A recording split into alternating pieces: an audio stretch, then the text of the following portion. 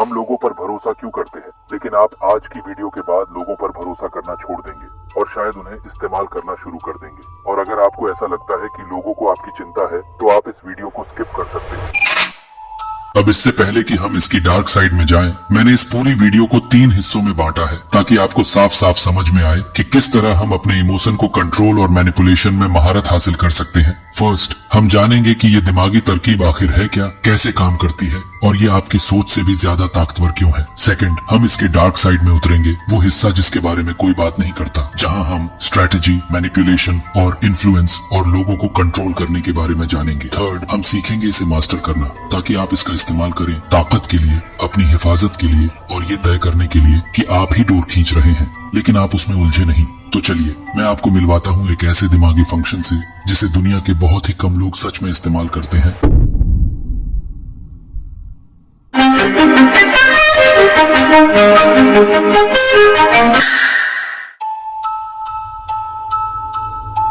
अपने सोचने के तरीके के बारे में सोचना सुनने में थोड़ा अजीब लग सकता है ना? चलिए इसे आसान भाषा में समझते हैं। अधिकतर लोग अटके होते हैं लेवल 1 की सोच में। उन्हें कोई एहसास होता है, वो रिएक्ट कर देते हैं। गुस्सा आया, चिल्ला दिए, नर्वस लगे, चीजें टाल दी, कॉन्फिडेंस आया, बोल पड़े। लेकिन एक मास्टरमाइंड लेवल 2 की सोच पर काम करता है। वो सिर्फ महसूस नहीं करता, वो खुद को महसूस करते हुए देखता भी है। वो सीधे एक्ट नहीं करता, वो सवाल करता है, मैं ऐसा क्यों करना चाहता हूँ? क्या ये एहसास मेरी मदद कर रहा है या नुकसान पहुंचा रहा है? अगर मैंने अभी ये बात सामने वाले को बोल दी तो 3 कदम आगे क्या होगा? यही फर्क है एक प्यादे और एक शतरंज के खिलाड़ी में, एक ऐसे इंसान में जिसे खेला जाता है और एक ऐसे में जो खुद खेल खेलता है। अब इसे और असली बनाने के लिए हम इसे 3 मेन स्किल्स में बांटेंगे।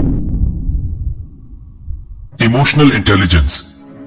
अपने इमोशंस को कंट्रोल करने से पहले जरूरी है उन्हें समझना। ज्यादातर लोग एक इमोशनल ऑटो पायलट पर जीते हैं। गुस्सा, डर, शर्म या झुंझलाहट आती है और वो तुरंत रिएक्ट कर जाते हैं। ना कोई रुकावट, ना सोच विचार, सिर्फ एक्शन। अक्सर हमारा किया गया एक्शन बाद में पछतावा बन जाता है। लेकिन मेटाकॉग्निटिव थिंकर यानी वो इंसान जो अपने सोचने के तरीके के बारे में सोचता है, वो कुछ अलग करता है। वो एक कदम पीछे हटता है। वो उस इमोशन को ऑब्जर्व करता है, उसमें डूब नहीं जाता। वो सिर्फ ये नहीं पूछता मैं क्या महसूस कर रहा हूँ, वो पूछता है मैं ऐसा क्यों महसूस कर रहा हूँ, और सबसे जरूरी, क्या ये जो मैं महसूस कर रहा हूँ वो असली इमोशन है भी या नहीं। अब चलो इसे थोड़ा और गहराई से समझते हैं। ज्यादातर लोग कहते हैं मुझे गुस्सा आ रहा है, लेकिन ये तो सिर्फ एक सुपरफिशियल लेबल है। ये वैसा ही है जैसे धुएं को देखकर मान लेना कि आग कहाँ लगी है बिना असल वजह जाने। एक मेटाकॉग्निटिव माइंड वहाँ रुकता नहीं। वो पूछता है क्या मैं सच में गुस्से में हूँ या फिर मैं शर्मिंदा हूँ और अपनी ईगो को डिफेंड कर रहा हूँ? क्या मैं परेशान हूँ क्योंकि कुछ बुरा हुआ या फिर इसलिए क्योंकि मैं बेबस महसूस कर रहा हूँ और कुछ कंट्रोल नहीं कर पा रहा? क्या मैं इस इंसान से चिढ़ रहा हूँ या फिर क्या मैं सिर्फ थका हुआ हूँ, भूखा हूँ या किसी और वजह से चिंतित हूँ? ये सवाल छोटे लग सकते हैं लेकिन यहीं से असली सेल्फ कंट्रोल की शुरुआत होती है, क्योंकि जैसे ही आप उस असल इमोशन को नाम दे देते हैं,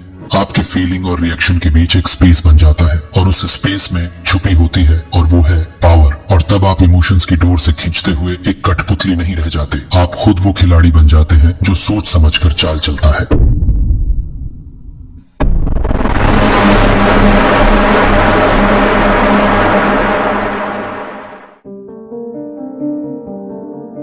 इमोशनल लेबलिंग का इस्तेमाल करने से आप बातें कहने से बच जाते हैं जिनका बाद में पछतावा होता। जब आप असली भावना को पहचान लेते हैं तो आप खुद को वक्त रहते पकड़ लेते हैं। ना आप इंसान के सामने इमोशन में फट पड़ते हैं, ना आप चिल्लाते हैं, बस आप सोचते हैं। दबाव में भी शांत रहना आसान होता है। जैसे ही आप किसी भावना को नाम देते हैं उसका असर कम हो जाता है। यहाँ तक कि बस इतना कहना मुझे बहुत ओवरवेल्म्ड लग रहा है आपके दिमाग के रैशनल हिस्से को एक्टिवेट कर देता है। दूसरे लोग अंदर से क्या महसूस कर रहे हैं ये भी समझने लगते हैं। जब आप खुद पर ये प्रैक्टिस करते हैं तो दूसरों को भी बेहतर पढ़ पाते हैं। जो इंसान गुस्से में दिख रहा है वो शायद डर के मारे ऐसा कर रहा है। जो इंसान दूर दूर है वो शायद शर्म महसूस कर रहा है। ये इंसाइट सिर्फ लोगों से जुड़ने का जरिया नहीं है, ये आपको दूसरों को इन्फ्लुएंस करने की ताकत देता है। तो चलिए एक छोटा सा एक्सरसाइज करें।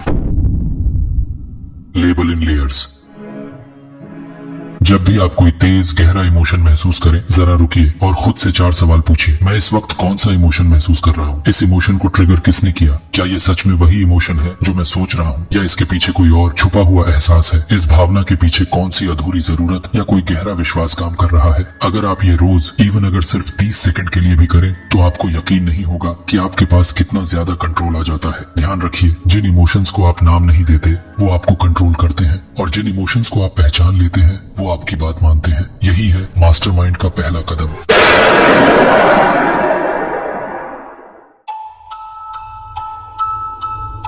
आपके विचार सिर्फ बैकग्राउंड में चल रही आवाज नहीं है, वो ब्लूप्रिंट्स हैं जिनके हिसाब से आपका दिमाग जिंदगी बना रहा है। और अगर आप इन पर ध्यान नहीं दे रहे तो आपका मन एक ऐसी जिंदगी बना देगा जो आपकी खुद की चुनी हुई नहीं है, बस बाहर से मिली हुई है, दूसरों से उठाई हुई है या कहीं से इंस्टॉल हुई है। इसीलिए थॉट ट्रैकिंग यानी अपने विचारों को ट्रैक करना मेटाकॉग्निशन का एक बेहद जरूरी हिस्सा है, क्योंकि ज्यादातर लोग अपने विचार सोचते नहीं, वो तो उन्हें ऐसे ही रिसीव करते हैं, जैसे दिमाग में आ रही ऐसी नोटिफिकेशंस जिन्हें उन्होंने कभी सब्सक्राइब ही नहीं किया। आप अपने आप से बोलते हो मैं काफी अच्छा नहीं हूँ, ये काम मुझसे नहीं होगा, उन्हें शायद मैं पसंद ही नहीं हूँ, कोशिश करने से भी क्या होगा, अगर फेल हो गया तो। और सबसे खतरनाक बात, वो इन विचारों को सच मान लेते हैं। उन्हें लगता है कि अगर मैं ऐसा सोच रहा हूँ तो ये सही ही होगा। लेकिन अब ध्यान से सुनिए, यह है मेटाकॉग्निटिव ट्रूथ। हर सोच आपकी अपनी नहीं होती, हर सोच सच नहीं होती, और हर सोच आपकी अटेंशन डिजर्व नहीं करती।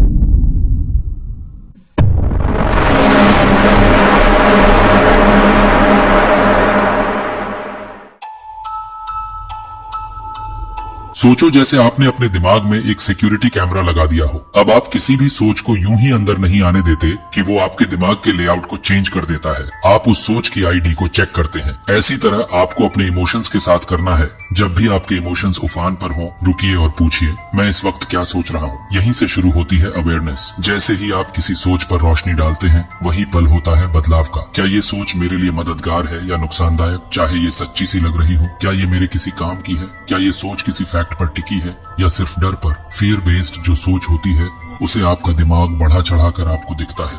बार बार दोहराई जाने वाली और इमोशनली भारी सोच आपको कंट्रोल करती है, जबकि फैक्ट बेस्ड सोच होती है वो आपको एक अलग ही माइंडसेट देती है, शांत और स्थिर। अब मान लीजिए एक सोच आपके मन में आती है, मैं इतना अच्छा नहीं हूँ कि ये काम कर सकूं।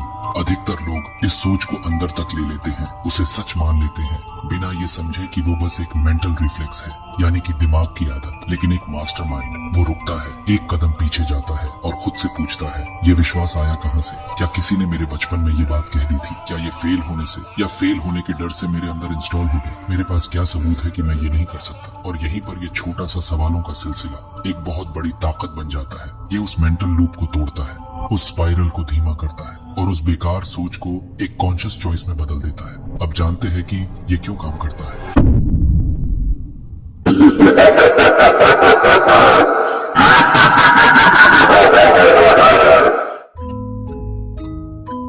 जब आप अपने विचारों को ट्रैक करते हैं तो आपका ध्यान दिमाग के लिम्बिक सिस्टम, जहां इमोशंस रहते हैं, वह से हटकर प्रीफ्रंटल कॉर्टेक्स की तरफ शिफ्ट हो जाता है, जो कि आपकी रैशनल थिंकिंग और डिसीजन मेकिंग का सेंटर है। इससे आपके और आपकी सोच के बीच डिस्टेंस बनता है और उस दूरी में ही छिपी होती है आपकी आजादी। अब आप वो सोच नहीं रहे हैं, आप उस सोच को देख रहे हैं, और जो देखने आपको सोचने की जरूरत है वही तय करता है कि आगे क्या होगा। Bonus technique, thought journal. दिन के अंत में बस एक काम करें, एक टॉक्सिक या लिमिटिंग सोच को लिख लें जो आपने आज खुद में नोटिस की। अब उसे ब्रेक करें। ये सोच कहां से आई? कौन से सबूत इसे सपोर्ट करते हैं? कौन सी सच्चाई इसे काटती है? अब मैं कौन सा नया बिलीफ चुन रहा हूँ? धीरे धीरे ये प्रैक्टिस आपके दिमाग की वायरिंग बदल देती है। आप अनजाने डर से नहीं बल्कि जागरूक रणनीति से चलने लगते हैं। अब बात करते हैं स्ट्रेटेजिक ऑब्जर्वेशन की कला की। ज्यादातर लोग बातचीत में ऐसे घुसते हैं जैसे आंखों पर पट्टी हो। वो शब्द तो सुनते हैं लेकिन अर्थ नहीं पकड़ते, टोन पर रिएक्ट करते हैं लेकिन इरादा समझ नहीं पाते, चेहरे देखते हैं लेकिन उस मुस्कान के पीछे की डार्क साइड नहीं देख पाते हैं। लेकिन एक मेटाकॉग्निटिव माइंड ऐसा नहीं करता। वो सिर्फ बातचीत में हिस्सा नहीं लेता, वो ऑब्जर्व भी करता है। इसे कहते हैं स्ट्रेटेजिक ऑब्जर्वेशन, जहां आप अपनी अवेयरनेस को 2 स्टेप में बांटते हैं। स्टेप 1, आप पूरी तरह से बातचीत में शामिल हैं, बोल रहे हैं, सुन रहे हैं, एक्सप्रेस कर रहे हैं। स्टेप 2, आप चुपचाप सब कुछ एक सोशल चेस बोर्ड की तरह देख रहे हैं, और यहीं से असली गेम शुरू होता है। अब आप क्या क्या नोटिस करने लगते हैं? फर्स्ट, माइक्रो रिएक्शंस, आंखों में एक हल्की सी झलक, जबड़ा भींचना, होठों के कोने में हल्की हरकत, ये सब रियल टाइम इमोशनल को लीक करते हैं। सेकंड, हेजिटेशंस, जवाब देने से पहले रुकना, आवाज की रफ्तार में बदलाव, ये संकेत होते हैं अंदरूनी टकराव या धोखे के। तीसरा, पावर मूव्स, कौन बात काट रहा है, कौन किसे मिरर कर रहा है, कौन पास आ रहा है और कौन दूर हो रहा है। फोर्थ, इमोशनल ट्रिगर्स, कुछ शब्द या टॉपिक पर जो प्रतिक्रिया जरूरत से ज्यादा तेज हो जाए। वहाँ कोई दबी हुई कमजोरी होती है जो या तो हील हो सकती है या exploit. 5, fake smiles, forced laughter, over explaining, ये सब होते हैं डिस्कम्फर्ट, गिल्ट या छिपे हुए इरादों के संकेत। लेकिन ये क्यों काम करता है ये सब? क्योंकि आपके दिमाग में एक कमाल की चीज है जिसे साइकोलॉजिस्ट कहते हैं थ्योरी ऑफ माइंड, यानी वो काबिलियत जिससे आप दूसरों के मन में क्या चल रहा है उसे सिम्युलेट कर सकते हैं। वो क्या सोच रहे हैं, क्या महसूस कर रहे हैं। लेकिन दिक्कत ये है कि ज्यादातर लोग इसको अनजाने में यूज करते हैं। उन्हें सिर्फ इतना लगता है कुछ तो गड़बड़ है, लेकिन क्यों वो नहीं जान पाते। पर जैसे ही आप मेटाकॉग्निशन अपनाते हैं, ये अंदर की हलचल बन जाती है जो आपके लिए एक हथियार बन जाती है। अब आप लोगों को वैसे नहीं देखते जैसे वो दिखते हैं, बल्कि वैसे देखते हैं जैसे वो हैं। चलिए इसे एक रियल लाइफ एग्जाम्पल से समझते हैं। आप एक मीटिंग में हैं, आपने कोई आइडिया दिया और सामने वाला उस पर कुछ ज्यादा जोर से हंस देता है। ज्यादातर लोग या तो साथ में हंस देंगे या शर्म से पीछे हट जाएंगे, लेकिन एक स्ट्रेटेजिक ऑब्जर्वर क्या करता है, वो सोचता है ये मजाक नहीं था, ये डोमिनेंस का शो था, ह्यूमर के नाम पर। तो अब वो इमोशनली रिएक्ट नहीं करता, वो खेल का रुख मोड़ देता है, फोकस शिफ्ट करता है, अपनी वैल्यू रेज करता है और बिना उस गेम में उतरे गेम जीत लेता है।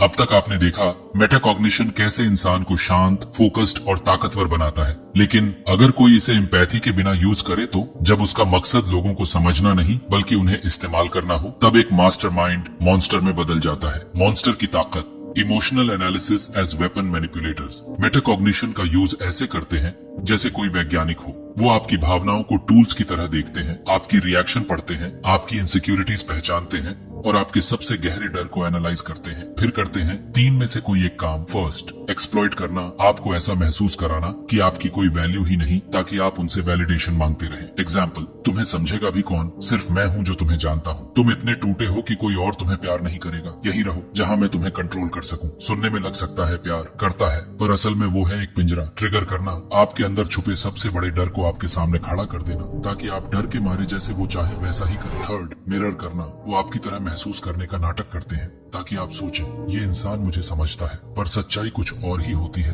वो बस आपका दरवाजा खोल रहे हैं ताकि अंदर आकर आपको कंट्रोल कर सके।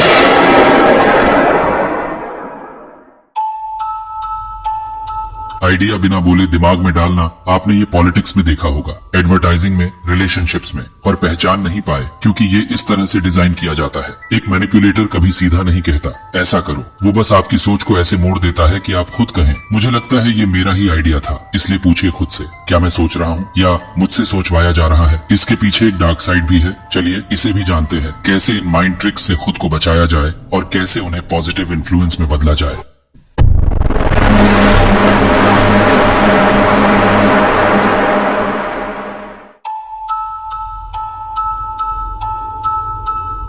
जहां मॉन्स्टर आपकी बॉडी को नहीं, आपका दिमाग हाईजैक करता है। थॉट प्लांटिंग, आइडियाज आपकी सोच में धीरे धीरे बो देना। मैनिपुलेटर्स आपको कुछ कहकर कंट्रोल नहीं करते, वो सब्टल क्यूज, लोडेड सवाल और बार बार दोहराव से एक आइडिया बोते हैं। एग्जाम्पल, वो सीधे नहीं कहेंगे तुम्हें अपने दोस्त से रिश्ता तोड़ देना चाहिए, वो कहेंगे कमाल है ना, लोग कितनी बार उन लोगों से जुड़े रहते हैं जो उन्हें सच में सपोर्ट भी नहीं करते, मैं तो कभी नहीं कर पाता ऐसा, पर हाँ हर कोई अलग होता है। तब उन्होंने बीज बो दिया और जब आपके मन में वो विचार पनपेगा तो आप ही उसे पानी देंगे, ये सोच कर कि ये मेरी ही सोच थी। कैलकुलेटेड साइलेंस, साइलेंस भी एक चाल होती है। मैनिपुलेटर्स की सबसे अंडररेटेड ताकत होती है सोची समझी चुप्पी। इस साइलेंस में कोई सुकून नहीं होता, ये वो प्रेजेंस होती है जो आपको अनकंफर्टेबल बनाती है, आपको गिल्टी महसूस कराती है, आपको कंफ्यूज छोड़ देती है। कैसे? आपके टेक्स्ट का जवाब थोड़ा देर से देंगे, बस इतना कि आप बेचैन हो जाएं, आपकी बात पर घूरते रहेंगे, कुछ कहेंगे नहीं और आप खुद ब खुद ज्यादा बोलने लगेंगे, धीरे बोलेंगे, लंबे पॉजेस लेंगे जिससे आप खुद ही सब उगल दें। आपने कोई पर्सनल बात शेयर की, वो बस चुप है, आपको देख रही है। अब आप खुद ही रैम्बल, बैक ट्रैक, अपोलोजाइज करने लगते हैं। पावर अब उनके पास है, आप खुल चुके हैं और उन्होंने अभी तक एक शब्द भी नहीं कहा। कभी कभी सबसे ताकतवर चाल होती है कुछ न कहना। और अब आते हैं मॉन्स्टर की अगली चाल पर।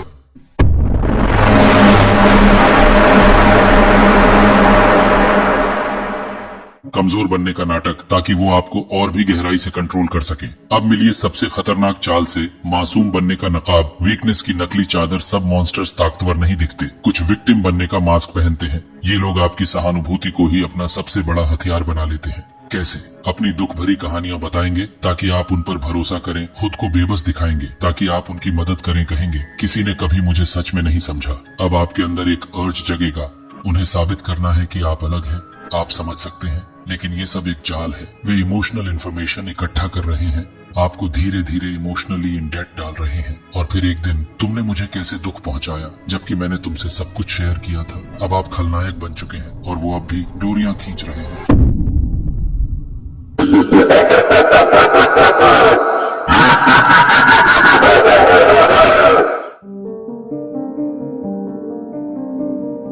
जब आप खुद को बाहर से देखने लगते हैं तो आपका प्रीफ्रंटल कॉर्टेक्स एक्टिव होता है, यानी आपका सोचने और निर्णय लेने वाला दिमाग। ये आपको रिएक्ट करने से रोकता है और स्ट्रेटेजी में डालता है। प्रैक्टिकल टेक्निक, जब आप कंफ्यूज्ड या इमोशनल हो, अपने दिमाग में पूछिए वो अभी क्या महसूस कर रहा है, वो ऐसे क्यों रिएक्ट कर रहा है, उसे इस पल में सच में क्या चाहिए। हाँ, खुद को वो कहिए थर्ड पर्सन की तरह। फॉर एग्जाम्पल, मैं इस प्रेजेंटेशन को लेकर डर रहा हूँ, या वो इस प्रेजेंटेशन को लेकर घबरा रहा है। क्यों? क्या वो तैयारी पर भरोसा नहीं कर रहा, या वो बस वैलिडेशन चाहता है। ये स्मॉल शिफ्ट बनाता है बड़ा फर्क। आप सोच से एक कदम पीछे हट जाते हैं और पावर की पोजीशन में आ जाते हैं।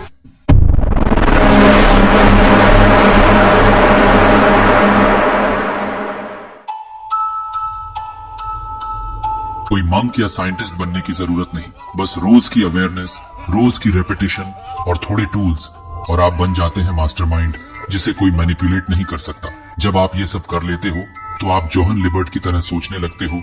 तुमने देखा होगा, कोई इंसान बार बार अप्रूवल मांग रहा है, लेकिन आप उस पर रिएक्ट नहीं करते। इंस्टेड तुम कॉन्फिडेंस मिरर करते हो, छोटे वैलिडेशंस देते हो और धीरे धीरे ग्रुप डायनामिक को लीड करने लगते हो। लेकिन ऐसा क्यों? बिकॉज अब तुम गेम के बिहाइंड देख पा रहे हो। इसके लिए कुछ स्टेप ले सकते हो। आपको रुक कर देखना है कि क्या चल रहा है अंदर। सेकंड, लेबल, क्या मैं सच में गुस्से में हूँ या मैं असुरक्षित हूँ। थर्ड, क्वेश्चन, क्या ये मेरे बचपन का बिलीफ है या किसी ने मुझे ये सोचने पर मजबूर किया। चूज रिएक्ट नहीं करूंगा, अब मैं मोहरे नहीं चला रहा, मैं बोर्ड देख रहा हूँ जिसने गेम को बनाया है। 5, रिफ्लेक्ट, आज किसने मेरे बटन दबाने की कोशिश की और मैं कैसे शांत रहा। जब आप इन सभी स्टेप्स को फॉलो करते हो तो इसका रिजल्ट आपके लिए फायदेमंद होगा। आप मेंटली काम महसूस करोगे, आप इमोशन आपके कंट्रोल में होंगे, आप स्ट्रेटेजिकली डेंजरस हो जाओगे। अब कोई तुम्हें प्रिडिक्ट नहीं कर सकता, अब कोई तुम्हें प्रोवोक नहीं कर सकता, अब कोई तुम्हारे साथ गेम नहीं खेल सकता। अब खेल के रूल्स और खेल तुम्हारे कंट्रोल में होंगे।